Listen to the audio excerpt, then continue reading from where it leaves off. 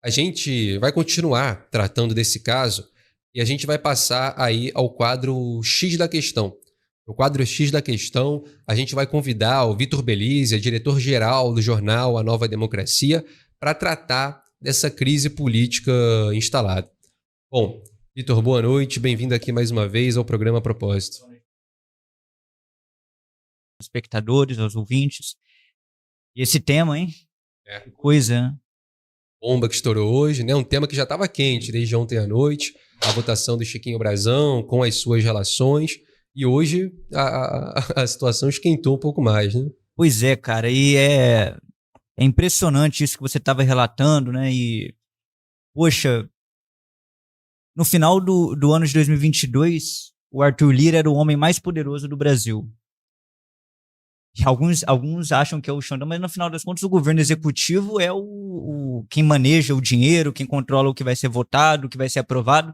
O nome desse homem em 2022, durante o governo Bolsonaro, era Arthur Lira, ele que mandava no país. Nós estamos em 2024, no segundo ano do governo do Luiz Inácio, que não é novato nesse negócio, já é o quinto governo do PT, e o Arthur Lira segue sendo o homem mais poderoso. Tanto é que nós estamos sendo obrigados a falar sobre essa figura. Porque é o homem mais poderoso do país. Ele está mandando e desmandando na política, né? Impressionante isso. Né? Agora, a pergunta que fica realmente é essa. Estava sendo tergiversada essa aliança do governo que se diz de esquerda com o Arthur Lira, porque em tese era preciso dessa aliança para governar, etc e tal. Mas essa aliança para governar, sem entrar no mérito de que tipo de medidas você tem, né? Mas essa aliança para governar vale acima, inclusive, do fato dele ser um bolsonarista, pô. Porque essa medida do Arthur Lira, ela ia favorecer o Bolsonaro. Fato. Ela ia favorecer o Bolsonaro. Porque ela ia reforçar, no contexto em que o Elon Musk está atacando o Alexandre de Moraes, ela ia reforçar a suspeita de que o Alexandre de Moraes é um cara autoritário e tal. E não vamos nem discutir se ele é ou se ele não é, mas o que é óbvio é que isso favorece o Bolsonaro, pô. Exatamente. A gente teve uma celebração, inclusive, dos setores bolsonaristas depois da votação de ontem. Então, teve a derrota ali na Câmara dos Deputados e vários parlamentares bolsonaristas eles celebraram a decisão mesmo assim. E o discurso deles antes da votação era justamente nesse sentido. O líder do PL, ali na Câmara dos Deputados, por exemplo, o Altney Cortes, ele disse: entendemos que a decretação da prisão foi ilegal e votamos a favor da Constituição. É justamente nesse discurso. Falando, a questão aqui é que o STF está sendo autoritário e tal, e é isso, não merece nem aqui entrar no mérito ou não. Mas a quem que isso beneficia nesse atual momento? Quem é a principal figura do país, né, que promove esse discurso atualmente? Pois né? É o senhor Bolsonaro, né? Então, de fato, assim, uma questão tanto explosiva que veio aí à tona e deve agudizar a crise política, né? A gente tá... Eu acho que sim, eu também acho. Eu acho que agudiza, mas agora é lamentável. Sim, eu acho que lamentável nem é a palavra, cara, para ser sincero, porque não se espera nada, na verdade, entre aqueles que já têm uma experiência acompanhando, e nós somos jovens aqui, mas vendo a experiência do país, quem observa com atenção a experiência do país não espera outra coisa, na verdade, do governo. O governo do Luiz Inácio, diante dessa crise, está demonstrando compromisso com o Arthur Lira. Poxa. Porque, né, vamos pensar aqui, o Arthur Lira, ele pressiona, ele articula e pressiona determinados deputados para que votem pela soltura do brasão para dar um recado ao Alexandre de Moraes. Isso favorece objetivamente o Bolsonaro. Aí o governo que se diz de esquerda, imediatamente depois, altera a pessoa que vai fazer a articulação política, tira o Padilha e bota o Rui Costa, porque o Padilha é um desafeto do Lira. Mas, afinal de contas, esse governo está do lado de quem? Exatamente. E mostra o poder do Lira de fato, né? Tá falando, o Lira é o presidente de fato. Muitos aí, até dos analistas dos monopólios de comunicação, falam que o Brasil vive um semi-parlamentarismo. Semi-parlamentarismo, às vezes, até é pouco, né? Pra falar, assim. Eu lembro lá no governo Jango, lá no início da década de 60, falavam ali, o Jango nem reina e nem governa. Pode ser um ditado muito bem aplicado, que o Luiz Inácio nem reina, nem governa, e o Arthur Lira reina e governa, né? Esse recado aqui que a gente estava lendo que o Arthur Lira deu, ameaçou o Luiz Inácio. Ele falou, depois vai reclamar quando o parlamento responder, depois reclama. Como é que pode o presidente da Câmara, né, ameaçar o presidente abertamente, assim? Ele fala com a certeza de quem manda, né? Exatamente. E o Lula obedece, pô. Ou o Lula obedece, ou tem o impeachment, amigo. Não tem, entendeu? O governo é o Arthur Lira, poxa. O presidente do país, de fato, chama-se Arthur Lira, e o seu ministério, na prática, são os parlamentares, entendeu? Os líderes das bancadas, os líderes, eles são os parlamentares, esses parlamentares são os ministros de fato. Tanto é que hoje, mais de 85% do orçamento flexível da União é empenhado pros parlamentares, poxa. Entendeu? Então, né, em parte empenhado pros parlamentares, em parte é despesa fixa, que você não pode manejar, né? Então, poxa, nós estamos diante de fato, por isso que ele fala com tanta certeza, né? No começo do ano, no início dos trabalhos do Poder Legislativo, o Arthur Lira fez um discurso no qual ele falou basicamente o seguinte: o orçamento não é exclusivo do presidente. Aonde, né? Porque no presidencialismo deveria ser, mas nesse caso não é, porque o Luiz Inácio está de fato refém.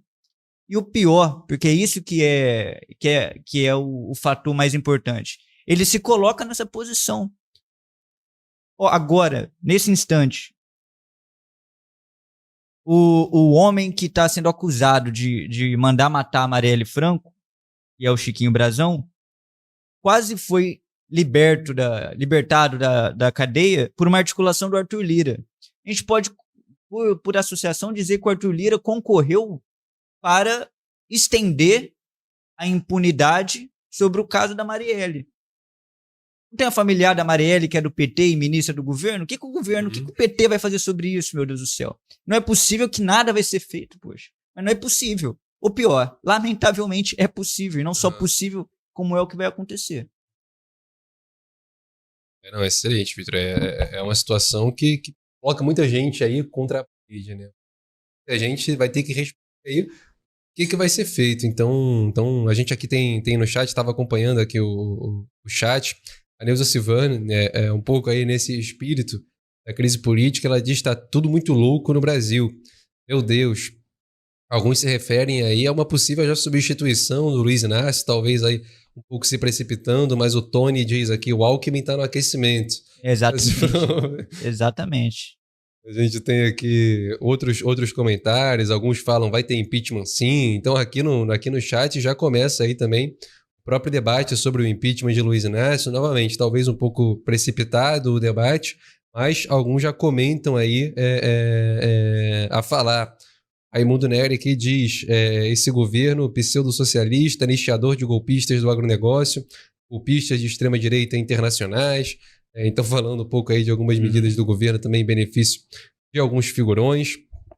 E muitos comentários aqui no nosso chat, inclusive se referindo aí ao Elon Musk também, que também avançou contra o STF nas últimas semanas, como parte dessa articulação a beneficiar o Bolsonaro, né? A gente tem aqui, só para complementar, a Helenira Stefaski, ela diz: Lira é o macaco velho da política, mas nada impede que ele incorpore o Eduardo Cunha. Pois é. Não, você comentou que é uma discussão precipitada, e de fato mas é sintomático da situação do nosso país que isso, embora seja precipitado, esteja no campo de visão, né? De fato. Porque o Arthur Lira, cara, olha só, cara, ele fala de fato com a convicção de quem manda. E de fato ele manda, entendeu? Ele manda no orçamento, ele manda na agenda política, né? Em última instância, ele é o cara que tem o poder de desatar um processo de impeachment, né? E o que não falta no Brasil hoje são forças interessadas em derrubar esse governo, entendeu? Para assumir o governo e aplicar o programa que esse governo, inclusive, pretende aplicar também, né? Então, uma situação desse tipo, né? Poxa, nós estamos falando aqui, né? O Elon Musk ataca o processo judiciário do Brasil lá, ataca o Alexandre de Moraes. Aí o filho do Bolsonaro vai no Roda Viva e diz a mesma coisa, ataca o Alexandre de Moraes. Aí agora o presidente da Câmara queria dar um recado para Alexandre de Moraes, e estamos ansiosos para saber o que o governo vai falar sobre isso, qual vai ser a posição. Porque, assim, embora de fato o Arthur Lira não seja da extrema-direita, ele era bolsonarista até as eleições. O que está por trás disso? Essa articulação estranha, né? O que ele está querendo, né? E o que o governo vai fazer? Até porque até agora as respostas do governo têm sido um pouco acanhadas, assim. Sobre o Flávio Bolsonaro lá, que, deu respostas no Roda Viva que atacaram diretamente o Luiz Inácio. Ele chegou a falar ali que o TSE favoreceu o Luiz Inácio durante as eleições. O Lula não comentou nada sobre isso.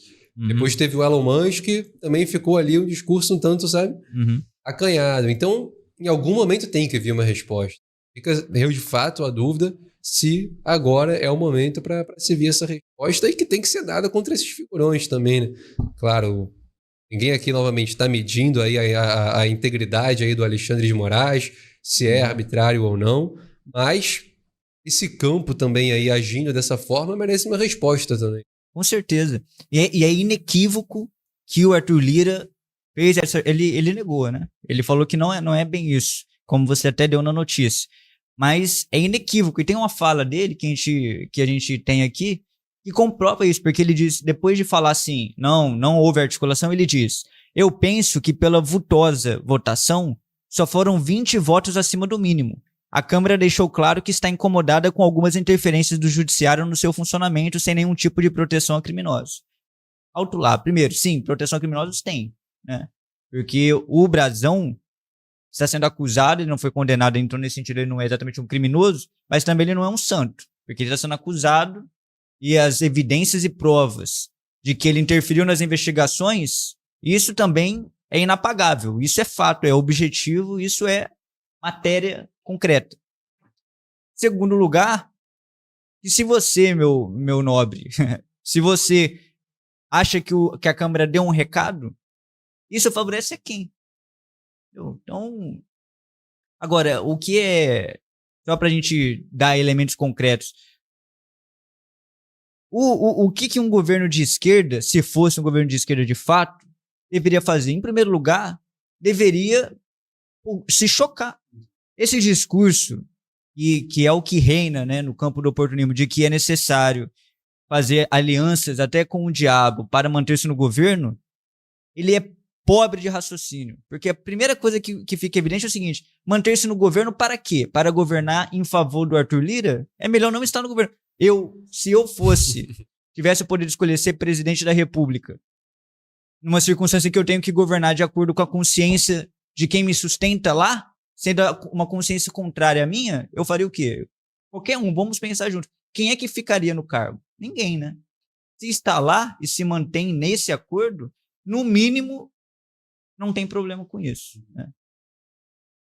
Vitor, a gente está aqui com o áudio do discurso do Arthur Lira. A gente pode colocar aqui também para os nossos espectadores escutarem na íntegra aqui o que o figurão do Arthur Lira disse. A gente também pode escutar aqui na íntegra. Eu, particularmente, é a primeira vez que eu vou estar escutando, porque eu já estava aqui apresentando.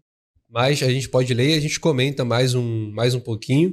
E aí passa depois até para uma discussão que a gente ainda vai tratar aqui e que se relaciona em determinados aspectos aí com o cenário atual, né? A gente vai estar falando da aprovação do governo, da saia justa aí que o governo está se equilibrando ali entre quase um empate técnico de aprovação e desaprovação. A gente vai falar disso já já. E aí o pessoal que está falando de impeachment aqui, por exemplo, é claro que se a cabeça do Lula passa aí por essa questão, essa pesquisa é algo que está ali também interferindo no que ele pensa, né, sobre os próximos passos a se dar. Mas a gente pode deixar isso para daqui a pouco. A gente vai passar aí o arquivo do discurso do Arthur Lira. Acho que já está pronto. Eu vou esperar aqui o final do apoio técnico. Mas os espectadores seguem comentando aqui. A Neuza Silvani chega a chamar o Lula de cadela do Arthur Lira. Diz que é triste demais. A Hanna Boutros Ralê diz que está em curso a saidona do Brazão. Contra a manutenção da prisão do Brazão. Como o senhor avalia, e queria saber também do senhor se isso enfraquece de alguma maneira a sua liderança na Câmara. A gente vai passar aí o da fala do Arthur Lira. Deputado, aliados do senhor há de se articular para votar contra a manutenção da prisão do Brazão. Como o senhor avalia, e queria saber também do senhor se isso enfraquece de alguma maneira a sua liderança na Câmara? Olha, essa notícia hoje que você está tentando verbalizar, porque os grandes jornais fizeram, foi vazada do governo e basicamente do ministro Padilha, que é um desafeto, além de pessoal incompetente. Não existe partidarização. Eu deixei bem claro que ontem a votação é de cunho individual. Cada deputado é responsável pelo voto que deu. Não tem nada a ver o nexo, não teve um partido que fechasse questão. Os partidos liberaram, na sua maioria, as posições dos partidos de centro e refletiram nisso. É lamentável que integrantes do governo, interessados na estabilidade da relação harmônica entre os poderes, fiquem plantando essas mentiras, essas notícias falsas que incomodam o parlamento. E depois, quando o parlamento reage, acham ruim. Olha lá, o cara tem o poder para ameaçar. Tem. Tem aquele ditado que quem anda armado não precisa mostrar arma, né? Porque o cara tá poderoso, o cara se impõe, né? O Arthur Lira é o assaltante com arma e tem à sua disposição uma vítima, que é o governo, que não precisa estar intimidado, entendeu? Não precisa, não. Sabe, para quem mora em região metropolitana conhece, pelo menos uma pessoa que passou por isso. O caso da pessoa que foi assaltada sem ser assaltada, sabe? O cara, aqui no Rio de Janeiro chama-se entrar na mente, né? O cara entrou na mente, é quando o cara começa a te ameaçar de um jeito e você fica sem reação e o cara não precisou em nenhum momento dizer um assalto, mas ele leva tudo seu, entendeu? Isso normalmente acontece com quem fica intimidado numa situação de perigo. O Lula tá intimidado, cara. Entendeu? E o Arthur Lira é o cara que entrou na mente, entendeu? No caso, entrou em tudo. Entrou no governo, entrou em tudo. Né? Aqui o José Genivaldo diz: você esqueceu que o Arthur Lira tem a maioria da Câmara dos Deputados com ele. Na verdade, isso aqui é justamente o que a gente está levando em consideração, né, ao afirmar isso. O Arthur Lira tem toda essa certeza, porque ele tem de um lado um governo intimidado. Até agora, inclusive, já entregou muito para ele, né? Entregou até em momentos que nem precisava entregar tanto. Eu sempre fico lembrando lá do arcabouço fiscal, a gente mencionou mais cedo, foi liberada uma quantidade de emendas recorde ali. Era um projeto que o parlamento tinha interesse de aprovar, sabe? Um novo teto de gastos ali, uma reformulação. Claro, estava se fazendo difícil, não necessariamente naqueles moldes, mas tinha interesse de aprovar aquele projeto. Mesmo assim, recebeu um projeto ali aliás, uma disposição de emendas parlamentares a nível recorde. Tudo isso vai mostrando para o Arthur Lira: eu estou disposto aqui a atender às suas exigências. E é claro, ele vai crescendo. Essas emendas ele vai passando para os parlamentares e costurando os acordos, mostrando para todos que ele é um cara que sabe presidir também a Câmara dos Deputados. Nisso vai angariando cada vez mais apoio em torno de si. E aí se transformou nessa figura que a gente está comentando aqui, né? Pois você... Poxa, olha, vamos pensar junto aqui. Se eu e nós aqui, o que quer que seja, estamos numa situação que nós queremos mudar o país. E nós sabemos que nós não teremos como mudar o país dentro das instituições. Se eu chego para os meus pares e falo assim, não, mas vamos entrar lá, porque é melhor entrar lá, sabendo que nós não vamos mudar nada, mas pelo menos a gente está lá. Isso é ilógico. Claro, no final das contas, o PT, o Luiz Inácio, não querem mudar. Certo? Inclusive porque, meu amigo, ainda que se fosse o caso do governo atual quisesse mudar algo, mas tivesse realmente uma maioria e tal, o que um governo faria, um governo verdadeiramente progressista faria numa situação dessa? Chamaria a massa, vamos pra rua, entendeu? Vamos, se for para perder o governo... E tudo. Entendeu? Vamos tentar. Agora, é claro, isso nunca vai acontecer. Nunca, absolutamente nunca. Porque o Luiz Inácio não quer mudar. Entendeu? Ele não quer mudar essa situação. Então, quando se diz para os bem-intencionados, dizem assim, não, mas a direita tem maioria no Congresso, a direita tem maioria no STF. Meus amigos, isso nunca foi diferente. Quando foi que isso foi diferente? Nunca foi. A direita sempre foi a maioria no Congresso, no Senado, na Câmara dos Deputados e no STF, por uma razão muito simples. Nós estamos no capitalismo burocrático. Então, os reacionários, eles são maioria nos órgãos de poder, a razão porque o Estado é reacionário. O Estado é reacionário. O governo que entra para gerenciar esse Estado, ainda que ele seja composto de pessoas que são progressistas, essas pessoas não vão poder impor pauta progressista, tá certo? Então, só que o caso aqui nem é esse, porque nem se tenta, né? Se fosse, né? Vamos tentar. Por que não tenta, né?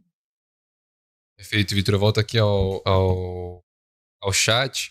A gente tem aqui um falando sobre chamar pra rua e aí falar, mas só se fala em reuniões secretas. Ele diz ainda que o Lula anda com 2 coleiras. Uma é o Lira, o outro é o Xandão. 2 mandam ali no governo. A gente tem aqui o Miguel Arcanjo também, que fala da trajetória do próprio Luiz Inácio. A gente tem outros comentários aqui. O Concom Bombom diz que o Padilha não é um incompetente, fala pro Fora Lira. Isso é interessante também, né? Inclusive, um outro aspecto aqui, que o Arthur Lira agora se levanta todo feroz aí contra o Padilha por conta dessa questão da votação, mas até ontem o Padilha estava de fato atendendo todos os interesses do Arthur Lira e do Congresso Nacional, do Senado também livremente. Pô, a quantidade de emenda parlamentar que o Padilha deu no ano passado foi um nível absurdo. E a gente até fez uma notícia na Nova Democracia no final do ano do Padilha prometendo mais emenda e celebrando. O Padilha falando, não, a gente deu emenda esse ano no nível recorde, muito mais que o governo do Bolsonaro. Como se isso fosse bom. Como se isso fosse bom, cantando vitória ali. E a gente vai acelerar aqui o pagamento no final do ano. Aí esse ano o governo aumentou. É curioso ver também, assim, até ontem o Padilha estava atendendo todos os interesses do Arthur Lira. Uhum. Aí agora, por conta de uma mudança, e claro, não foi uma mudança sutil, foi algo um tanto grave, mas o Arthur Lira revira completamente o discurso que reflete um pouco dessa postura dele também, sabe? E que, olha só, não importa que você estava atendendo todos os meus interesses até ontem. Se eu sinto que agora eu posso voar em cima de você, que eu posso pedir mais, que eu posso, sabe, te derrubar, eu farei, não importa, sabe, o que você fez por mim até ontem, né? Essa é a mentalidade do chantagista, né? Do ladrão, né? A mentalidade do ladrão é exatamente essa. Se você me oferece 30, eu aceito os 30 para não te derrubar. Mas se depois você me deu os 30, eu vou pedir mais 30, entendeu? E se eu percebo que você tem 50, eu vou pedir quanto, né? Então o Arthur Lira é um chantagista, né? E o governo é a vítima perfeita. Por quê? Porque se coloca nessa posição, né? E não tem nenhum problema com isso, né? Então é realmente um caso de duas metades que se encaixam, né? Agora a gente pode ir passando então para a próxima pauta. A gente ainda tem bastante coisa para falar sobre a aprovação do governo, né? Então, tem tudo a ver com isso, né? Tem tudo a ver com isso, exatamente. Afinal, são números que o Arthur Lira calcula, né, na hora de avançar ou não contra o governo. Imagina, se o governo tivesse 93% de aprovação, imagino que o Arthur Lira não estaria tão corajoso para avançar contra o governo quanto está, com o governo tendo 35% de aprovação. Então, se relaciona bastante aí com o que a gente vai falar, mas a gente, antes de passar, na verdade, acabou de sair mais um desdobramento aí da situação com o Arthur Lira, que o Lindbergh Farias se posicionou. Eu vou abrir aqui o X dele, né, o Twitter, o antigo Twitter. O Lindbergh disse o seguinte: quem o Lira pensa que é? O presidente da República é Luiz Inácio Lula da Silva, eleito com 60,3 milhões de votos. Ministro Padilha tem a minha total e irrestrita solidariedade. Padilha trabalha em harmonia com o presidente Lula. Chega de política de faca no pescoço, que a gente estava falando. Tenha mais respeito antes de atacar um dos principais quadros do nosso governo e do nosso partido. A competência do Padilha é porque não deixa Lira prender o orçamento da saúde, nem soltar o acusado de assassinar Marielle Franco. Me permite aqui? Claro. Assim, né? Assim, com todo respeito, né? Mas menos, né? Porque o Lindbergh Faria adora fazer isso, né? Ele faz as falas assim militantes e tal. É um militante, ele é um grande militante. Só que, poxa, meu amigo, né? Vamos olhar um pouquinho assim em volta, né? Pô, quem deu esse poder pro Arthur Lira foi o presidente Luiz Inácio, entendeu? Porque o Luiz Inácio deu em emendas parlamentares para Arthur Lira distribuir aos seus chegados lá, aumentou o poder do Arthur Lira concretamente. O Luiz Inácio deu em emenda parlamentar 30% mais do que o Bolsonaro havia dado no último ano de governo, Henrique. 30% mais. Ninguém é ingênuo, todo mundo sabe que quanto mais dinheiro na mão do presidente da Câmara, mais poderoso ele fica. Então, assim, né? Militou, legal. Like pra ele, só, ponto. É porque, assim, como sempre, assim, meio, né? Meio pateta, né? Assim, meio, sabe, fanfarrão, espalhafatoso, né? Só que esse conteúdo real zero, né, meu amigo? Porque, a começar pelo teu presidente, assim, que, na verdade, o Arthur Lira hoje é mais poderoso do que com o Bolsonaro. Quando o Bolsonaro era o presidente da República, nós todos, inclusive o PT, criticávamos todos com violência o Bolsonaro, dizendo que ele era o cachorro do Arthur Lira, que o Arthur Lira mandava nele. Olha só, meus amigos, o Luiz Inácio aumentou em 30% o dinheiro na mão do Arthur Lira. Se você comparar o ano passado, no montante de emendas parlamentares que foram destinadas ao Arthur Lira e aos seus chegados, comparar com o primeiro ano do governo do Bolsonaro, em 19, sabe qual o tamanho da diferença? É 4 vezes mais. O Luiz Inácio deu 4 vezes mais dinheiro para o Arthur Lira do que o Bolsonaro no primeiro ano. Então, assim, né? Calma, jovem. Vai devagar, né? Vai devagar, senão você cai. Excelente. E a gente passa agora, então, novamente, aliás, finalmente, para nossa próxima pauta, que é o governo com aprovação estagnada em 51%, segundo aí a nova pesquisa da Quaest, perdão. A gente tem mais detalhes aí na chamada a seguir. De abril, afirmou que a aprovação do governo encabeçado por Luiz Inácio segue com 51%. Esse número é o mesmo apresentado na última pesquisa, de março. A notícia, no entanto, não é boa. Em agosto de 2023, 8 meses atrás, a aprovação era de 60%, o que representa uma queda de 9 pontos percentuais. Assim, a situação atual é de uma estagnação dentro da queda. A pesquisa ainda aponta que 35% dos entrevistados consideram o governo positivo, 34% como negativo e 28% como regular. A atual pesquisa foi realizada em 4 estados e recolheu a opinião de 5.410 pessoas em São Paulo, Minas Gerais, Goiás e Paraná. A margem de erro varia de região para região, ficando entre 2,4 e 2,9 pontos para mais ou para menos. Eu acho que antes da gente entrar assim nos dados da pesquisa, efetivamente, do porquê a aprovação está tão baixa, etc., a gente poderia falar rapidamente assim, como que esses dados aqui da aprovação impactam aí, acha, na crise política que a gente está vendo agora. A gente falou que se relaciona e tudo com o Arthur Lira, com o movimento do Padilha, o movimento do governo, o movimento do Arthur Lira. Como que esses números aqui estão na cabeça de cada um, podem aí se relacionar? Eu acho que se relaciona, porque assim, a política tem muito a ver com o teu poder de influenciar, né? Política é isso, na verdade, de impor interesses através da influência. E é certo que um governo que está derretendo na sua popularidade, ele vai se tornando mais refém, né? É como qualquer relação de força, né? Se eu sou fraco, você é forte, você se impõe sobre mim. Se eu fico mais fraco, você se impõe mais facilmente. Os acordos que nós fazemos de boa convivência, eles são rompidos, de modo que você, mais forte do que eu estava, né, você parte para cima de mim. Então, isso é um fator primário, né? Então, agora, o que talvez seja importante pensar é o seguinte, cara, por que o Luiz Inácio perdeu, nos últimos 8 meses, 9 pontos percentuais em aprovação? Porque esse é o dado, né? Que a gente até colocou na chamada aí que você anunciou. Então, o governo perdeu 9 pontos percentuais. Isso é um número muito importante, um número grande. A gente já tratou disso num a propósito, né? Bom, tem 2 razões fundamentais. A primeira delas é exatamente o que nós estamos tratando aqui, poxa. Quem não se recorda do Luiz Inácio defendendo que colocaria o Centrão e o Arthur Lira no seu lugar? Tem uma fala do Luiz Inácio, que nós não conseguimos encontrar o áudio, porque foi na época da campanha, mas ela é de outubro de 22, que já era durante o mês das eleições, né? E o Luiz Inácio disse o seguinte nessa ocasião, aspas para ele: eu vou confrontar essa história do orçamento secreto com a criação do orçamento participativo. Agora, com a internet, nós vamos fazer o orçamento participativo.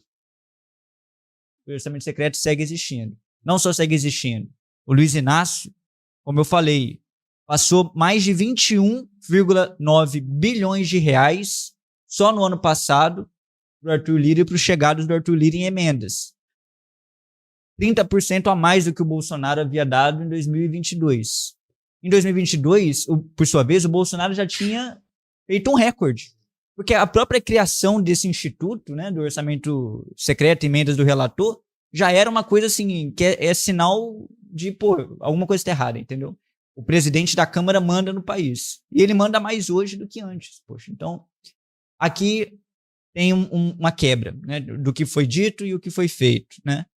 Em 2024, isso é o mais aterrorizante, né? Porque já foi um absurdo no ano passado ter sido quase 22 bilhões. Neste ano está programado um volume de 44,7 bilhões em orçamento do relator e das emendas parlamentares. Meu amigo, é mais do que o dobro do que foi o ano passado. Olha que o ano passado foi recorde. Diga-se de passagem que esse ano tem o calendário obrigatório de pagamento. Então, antes o governo ainda falava quando que ia sair, quando que ele ia pagar. Até usava isso para o toma lá da cá, né? Agora tem um calendário obrigatório de pagamento. Não tem conversa, não tem negociação. Mas olha só, cara, é o dobro, é mais do que o dobro do recorde da história da República do país e tal.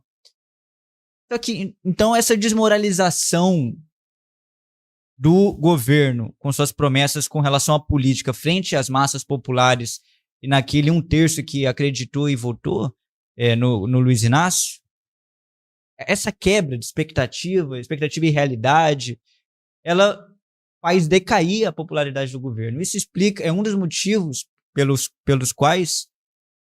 qual o governo agora perdeu nos últimos 8 meses 9 pontos e no último mês não recuperou. Porque esse é o fato, né? 51% aprova. Isso é igual à última pesquisa. Só que isso, na verdade, é uma queda. Porque nos últimos 8 meses caiu 9 pontos e agora o 10º mês, ou melhor, o 9º mês manteve-se. Então mantém a queda, na verdade. Nós estamos vendo o governo desidratar. E um dos motivos é esse. O Arthur Lira manda no país e o governo do Luiz Inácio aceita e aumenta, fortalece esse cenário. Fato, né? Tem outras coisas relacionadas à política. Por exemplo, se percebe cada vez mais a sensação que se tem, né, entre os eleitores, inclusive do próprio PT, é de que a corrupção está aumentando. E aí não são, cara espectadora, não são os bolsonaristas, não. Segundo a pesquisa Poder Data, que foi do dia 27 a 29 de janeiro desse ano, 41% dos eleitores do Luiz Inácio dizem que a corrupção aumentou ou ficou igual do que era antes.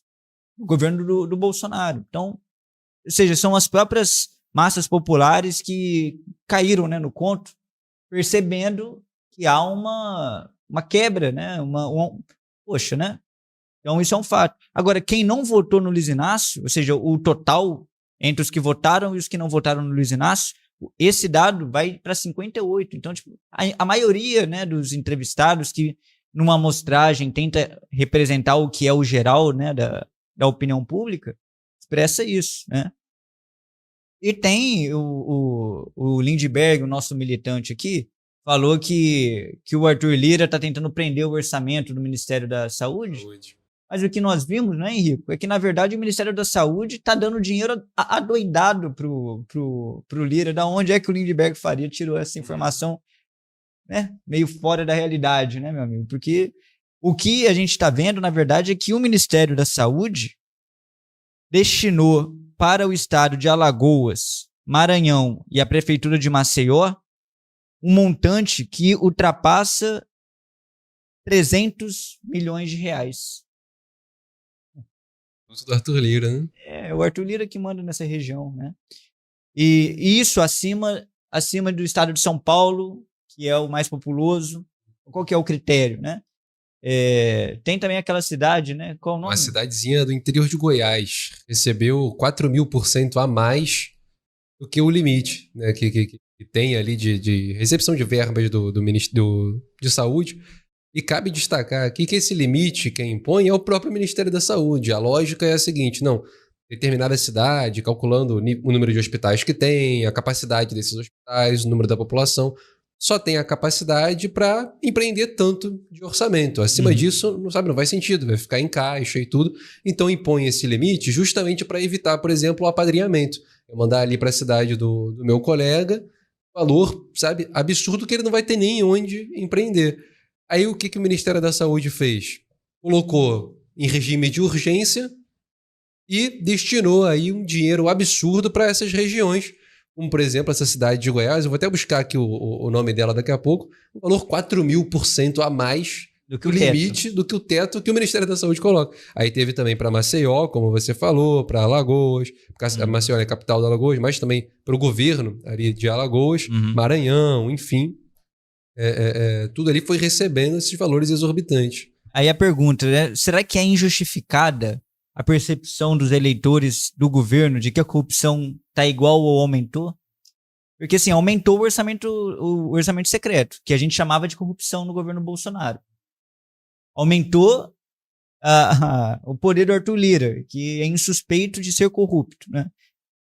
Embora aqui, né, ele nunca foi condenado, mas também a gente falar que político é corrupto é quase um pleonasmo, né? Então tá tudo certo. Poxa, então esse é um dos motivos pelos quais o governo está perdendo credibilidade, está perdendo apoio, está perdendo aprovação, né? E aí não dá para culpar os bolsonaristas, meu amigo. Quem está no governo é quem, afinal de contas? É o Luiz Inácio, né? Assim, já passou o tempo de culpar os bolsonaristas pelo fato do governo tá errando, meu amigo. Vamos assumir a responsabilidade.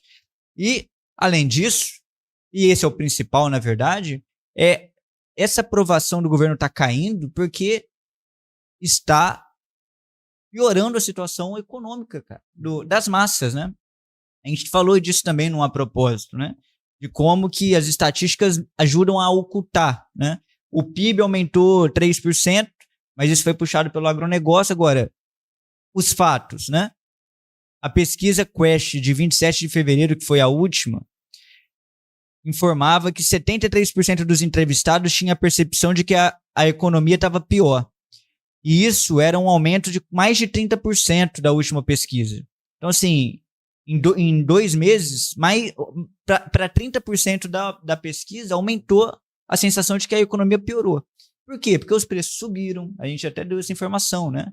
Agora parece que teve o novo IPCA, IPCA 3, parece que estabilizou a inflação, né? Mas a inflação tinha crescido ali no início do ano e tem crescido em setores ali, né, que o IBGE divide, que são essenciais para o povo. Então, no ano passado tinha um pouco desse discurso, né? Não, a inflação está subindo, mas está subindo em temas que não afetam tanto o povo. O alimento, por exemplo, está caindo. Não foi o que a gente viu nesse... Alimentos estão subindo. Pô, a energia elétrica subiu numa média de 10% a nível nacional. Sabe? Um valor absurdo. Assim, a energia elétrica, quem usa é o povo também. Claro. Né? O povo, os pequenos comércios, sabe? Todos eles, claro, todos usam, mas os mais afetados, realmente, é as massas populares. Né? Para as massas populares, para quem vive com salário mínimo, até 2 salários mínimos, o custo de vida é determinado principalmente pelo preço dos alimentos e da moradia e da energia elétrica, né? O ricaço não, como ele tem, sei lá, 30 salários mínimos, isso aí nem é ricaço, né? Mas, sei lá, 50 salários mínimos, o que ele gasta com energia, com comida, é isso aqui do rendimento dele, né? Agora, pro povão é quase tudo, né? Então é muito pior. Aí tem mais dados, a pesquisa Atlas Intel também trazia que para 53% das pessoas a economia ia mal. Essa pesquisa é de março. E não são só pesquisas de opinião, né? Também existem dados. Eu vou pedir, Henrique, se a gente puder colocar um dado de dezembro de 2023, que mostra...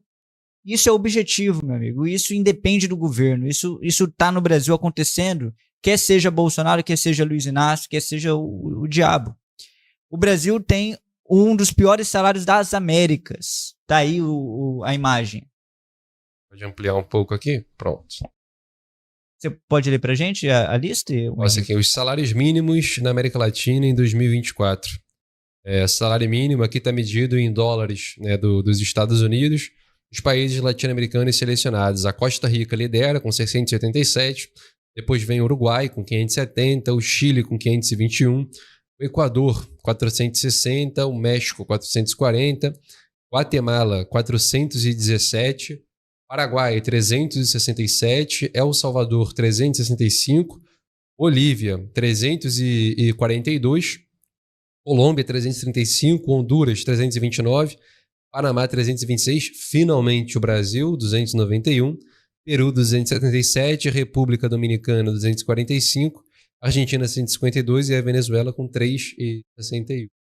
E cabe a gente destacar aqui, inclusive, de que eu lembro do levantamento do Globo no ano passado, que mostrava que em toda a América Latina já estava tendo uma piora das condições de vida frente ao aumento da educação, da saúde, dos alimentos, da moradia. Os estudantes ali eram muito afetados, né, com o aumento da moradia. Então, mesmo nesses países aqui que chegam a ter mais que o dobro aí do salário mínimo brasileiro, a situação estava absurdamente difícil frente ao aumento geral, né, dos custos de vida, que está afetando o mundo inteiro, mas nos países aqui, né, semicoloniais ainda mais.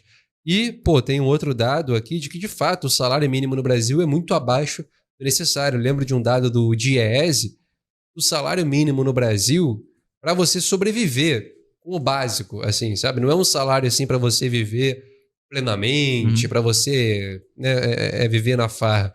É um salário para você ter o mínimo de lazer, de cultura, de alimentação, morar com dignidade, conseguir custear a saúde. Devia ser um pouco mais de R$6 mil, segundo o DIEESE no ano passado. Então, de fato, é muito, muito abaixo. Muito, muito. Eu não sei se todos, mas eu imagino. Tá todo mundo com a sensação mais ou menos assim. Nós temos um salário pior do que El Salvador, Guatemala, Panamá. Sim, cara. E olha que bizarro, o Henrico, espectadores. A população destes países que eu acabei de citar, Guatemala, El Salvador, Panamá, eles fazem caravanas para entrar nos Estados Unidos, porque a situação de vida nesses países é horrível. Mas, sendo horrível, o salário lá é, de fato, maior do que o nosso. E aqui, isso tem a ver com poder de compra, tem a ver com capacidade de subsistência. Então, o nosso povo, cara, e esses dados são de 2023. Então, conta já o governo do Luiz Inácio, que inclusive bate com a pesquisa, porque o governo começou a perder popularidade no final do ano. O que está acontecendo é uma situação assim de... né? Poxa, de descalabro, né? E isso é independente do governo, isso persiste, isso continua. E tem um outro dado, e esse é mais recente, tem a ver com o governo, que é que, de fato, o número de empregos formais criados no Brasil só tem decaído o seu ritmo de crescimento. Aí o dado... Temos um aqui. Pronto. Esse dado, antes de você ler aí, Henrico, esses dados mostram o seguinte, que uma coisa que o governo prometeu foi criar emprego. Só que, de fato, os dados que você vai ler aí para nós, no governo Bolsonaro, se criava mais emprego do que no governo do Luiz Inácio. E olha que no governo Bolsonaro era uma porcaria a economia. Só que a verdade é que, para as massas populares, a situação se arrasta. E isso explica o porquê que a popularidade do governo está caindo, junto com a desmoralização da política. Você pode ler pra gente? Cara, a gente tem aqui o saldo de vagas por ano. Em 2021 foram 2.788.155 vagas. Em 2022 caiu em quase 700 milhões, aliás, mais de 700 milhões. Foi para 700 mil, perdão. Foi para 2.013.261. Já em 2023, o ano passado, o saldo de vagas foi de 1.483.589. E aqui tem um balãozinho que diz 17,2% dos empregos gerados são caracterizados como não típicos, que eu imagino que seja essa partezinha aqui da barra, né, sinalizada. Com predominância de trabalhadores com menos de 30 horas e intermitentes, diz aí o gráfico. Então, o Henrique, o espectador, está explicado por que a popularidade do governo está caindo. Porque, de fato, tanto na política se repete, lamentavelmente, embora não se poderia esperar de fato outra coisa, mas se repete o tipo de política do Bolsonaro, que por sua vez repetiu do Michel Temer, que repetiu todos, né? E na economia não está sendo efetivo para as massas. A situação segue mais ou menos igual. E qual que é o problema disso que os nossos espectadores devem estar aflitos? Que é o seguinte: Esse governo veio como anti-Bolsonaro. Ao fracassar, abre espaço para quem? Né? Então, acho que a gente pode... Essa é a síntese, né? Aqui tem o Beto Taruandê, ele diz: salário mínimo é o mínimo para o trabalhador retornar no outro dia para vender mão de obra para o Platão. E o nosso mínimo não dá nem para isso, de fato não dá. Aqui a gente tem também o Miguel Arcanjo falando sobre o gráfico, ele diz pior que o Paraguai. O Matheus diz, estamos perto da Venezuela. A Neuza Silvani diz que pior do que a miséria material é a miséria moral do Brasil, sobretudo desses senhores aí que mandam, né, na nação. Uhum. A gente tem muitos outros comentários aqui. O Beto Taruandê diz: esse é o X da questão. E aí a gente passa a outro tema aqui, que tem a ver justamente isso que você falou, né? O governo veio aí com um discurso que se contrapôs a Bolsonaro em todos os aspectos, inclusive, e não tem, na verdade, mostrado ao que veio. E aí fica a pergunta que você fez: abre espaço para quem? E a gente tem visto que governadores aí de determinados estados já têm se movimentado para disputar o espólio bolsonarista e talvez aí se lançar como um nome para a candidatura à presidência em 2026. A gente tem mais detalhes na chamada a seguir. A pesquisa Quaest também apurou a aprovação dos governadores nos estados de São Paulo, Minas Gerais, Goiás e Paraná. Ronaldo Caiado, governador de Goiás, é aprovado por 86% dos entrevistados de seu estado. Já o governador de São Paulo, Tarcísio de Freitas, é aprovado por 62% dos entrevistados paulistas. O mesmo índice de aprovação que Zema, governador de Minas, possui em seu estado. Por fim, o governador do Paraná, Ratinho Júnior, é aprovado por 79% dos entrevistados paranaenses. Na pesquisa por estado, o governo de Luiz Inácio fica atrás de todos os governadores. Em São Paulo, Luiz Inácio é aprovado por 50%. Em Minas Gerais, por 52%. No Paraná, apenas por 44%. E em Goiás, é aprovado por 49%. Esses dados têm ainda maior relevância, uma vez que o principal adversário de Luiz Inácio em 2026 sairá provavelmente de um desses governadores. Essa que é a questão, né? Na verdade, é exatamente essa questão. Se a preocupação da esquerda em geral é evitar a volta dos bolsonaristas, nós estamos caminhando rapidamente para a volta dos bolsonaristas. Quanto mais, isso vai ser mais rápido, quanto mais o governo siga dando dinheiro para o Arthur Lira, siga cumprindo, não cumprindo as promessas de campanha, inclusive da reforma agrária, por exemplo, que não saiu, né? Então, agora tem uma coisa, Henrico, que a gente estava conversando aqui antes de começar o programa, que é desses aí que a nossa reportagem, a nossa chamada destacou, o que está mais saidinho é o Ronaldo Caiado, que é o governador de Goiás, né? É só uma coisa, aliás, o que é primeiro, né? É preocupante do ponto de vista assim, de quem não quer o Bolsonaro, né, ou os bolsonaristas, é preocupante que todos os governadores analisados têm uma aprovação no seu estado maior do que o próprio presidente da República. Isso não significa que eles ganhariam as eleições, porque a eleição para presidente da República não é só no estado de onde você sai, né? Mas é sintomático de uma desmoralização do governo, por um lado, e de um capital político que esses governadores bolsonaristas ou proto-bolsonaristas estão acumulando, né? Então esse é um primeiro elemento. E um segundo, que é o seguinte: o Bolsonaro está flertando com o Ronaldo Caiado, né? Então por quê? Porque ele é o cara que tá com mais popularidade, né? Teve no dia 6 de abril, o Bolsonaro foi em Goiás, teve com o governador e ele disse o seguinte: boas pessoas estão disputando as eleições em Goiás. Temos boas sementes e vamos cuidar delas para que possam nos substituir no futuro. Já está dando a senha, né? E o Caiado vai eventualmente representar ele. Depois ele ainda diz: em momentos como esse, voltando a uma terra como Goiás, muito bem administrada pelo governador Caiado, é sempre motivo de satisfação. Então assim, né? Deu os parabéns, abraçou e tudo. E o Bolsonaro, segundo as apurações, né, o Bolsonaro, para aceitar o Caiado como o candidato do bolsonarismo em 2026, exigiria que o vice seja alguém indicado pelo próprio Bolsonaro. Que pode ser a esposa dele ou um filho, né? Um dos filhos. Inclusive, informação aqui, O Flávio Bolsonaro tá claramente disputando com os irmãos para ver quem é que vai ser o herdeiro do clã, né? Teve no Roda Viva lá, com certeza. usou de moderado, defendeu a autorregulação do STF, vejam vocês. Melhorado na aparição pública, né? Pra quem desmaiou em debate há alguns anos atrás, agora conseguiu fazer uma entrevista inteira. É próprio dos bolsonaristas essa coisa de desmaiar em situações tensas, né? Tem aquele cara que era o chefe de operações psicológicas que desmaiou quando a polícia bateu na porta dele. Enfim, né? Cada um com...